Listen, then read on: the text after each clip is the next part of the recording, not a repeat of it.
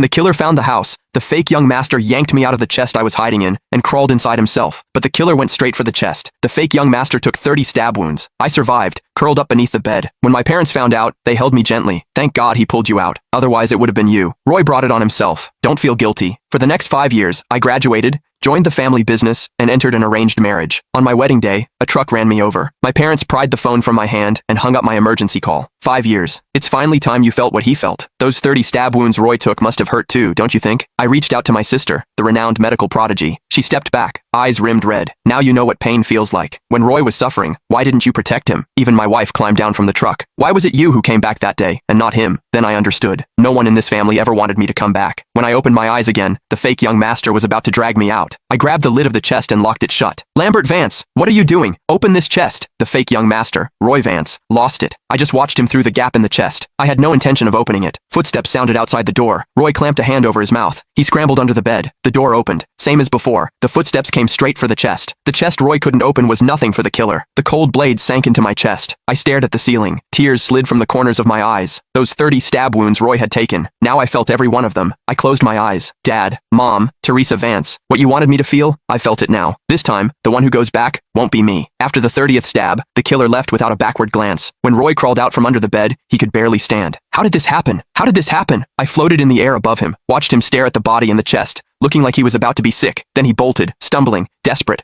running home to beg our parents for help. I watched his staggering figure disappear. A bitter laugh escaped me. This time, they'd finally get what they always wanted. I had always believed that as the Vance family's real son, lost for 20 years, the fact that I survived should have meant something, that my family would at least be relieved. It wasn't until the moment I died that I realized this family had never been mine, and no one, not a single person, had ever wished that I was the one who came back. Sure enough, the instant they saw it was Roy stepping off the vehicle, the whole family's eyes went red with tears. No scanning the road like last time, no hesitation. They threw themselves at him without a second thought, pulling Roy into their arms. Roy's safe. Oh, you scared mommy half to death. It wasn't fair. In my previous life, the first thing they'd asked me was where my brother was. Only after Teresa checked Roy over and confirmed he wasn't hurt, did the family finally exhale. Then, someone glanced toward the vehicle. Where's your brother? Why didn't he come back with you? Roy's gaze flickered. When the intruder came, he shoved me forward and jumped out the window to save himself. What? Mom's hands rested on Roy's shoulders. The worry on her face curdled into a sigh of disgust. That's exactly the kind of thing he'd do. I froze in midair. I turned to look at the others. Dad's expression went cold. I knew he had some issues with Roy, but this is beyond the pale. I thought he was just being difficult. I never imagined he was capable of something this inhuman. Teresa said nothing. She simply steadied Roy's trembling body. Let Roy rest first. I drifted to the doorway of Roy's room. From inside came the muffled sound of a phone call. What kind of hitman did you hire? He just walked in and started stabbing without even checking who it was. This was supposed to be an act. He was supposed to puncture the blood packs I was wearing so it'd look like that bastard hired someone to kill me. Now the guy's actually dead. How am I supposed to clean this up?